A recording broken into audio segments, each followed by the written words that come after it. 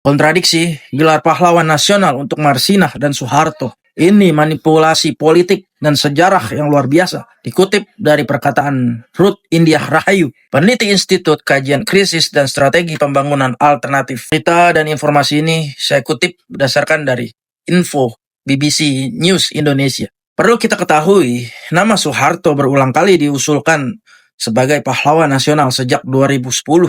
Sementara nama Marsinah diajukan pada Mei 2025. Pengamat menilai pengusulan Marsinah sebagai pahlawan nasional merupakan cara lain dari pemerintahan agar publik bisa menerima pengusulan Soeharto sebagai pahlawan nasional. Padahal kasus pembunuhan Marsinah terjadi di era pemerintahan Soeharto. Sekarang Soeharto disandingkan dengan Marsinah. Ingat kasus pembunuhannya.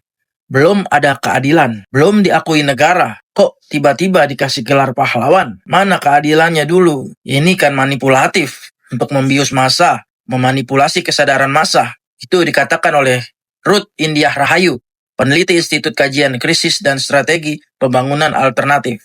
Jadi, apakah gelar pahlawan kini diberikan karena jasa atau karena kekuasaan yang berhasil menulis sejarah sesuai kepentingannya? Ketika pelaku dan korban disatukan dalam daftar yang sama, sejarah pun menangis. Pantaskah seorang Soeharto, simbol kekuasaan yang menindas, yang kekuasaannya dibangun di atas pembungkaman, penghilangan paksa, dan represi terhadap rakyatnya, disandingkan dengan Marsinah, seorang buruh perempuan yang mati dibunuh karena membela hak asasi manusia? Inilah paradoks sejarah Indonesia, negara yang katanya menjunjung nilai kemanusiaan yang adil dan beradab, ini menempatkan sang penindas dan yang tertindas di altar kehormatan yang sama, yaitu bergelar pahlawan nasional. Soeharto memang berjasa dalam pembangunan ekonomi dan stabilitas politik, tapi di balik beton dan aspal yang ia bangun, ada darah yang tertinggal, yaitu aktivis yang dibungkam, mahasiswa, dan rakyat yang hidup dalam ketakutan. Marsinah justru menjadi simbol perlawanan terhadap struktur yang diciptakan oleh sistem Orde Baru, sistem yang berakar dari kekuasaan Soeharto sendiri.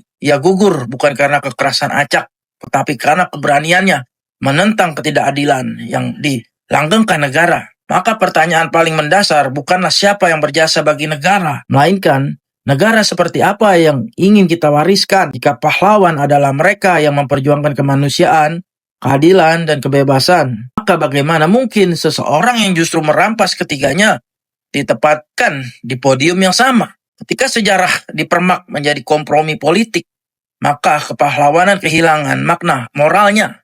Mungkin benar kata seseorang sejarawan di negeri ini, bahkan pelaku sejarah pun bisa menulis ulang dosanya menjadi jasa.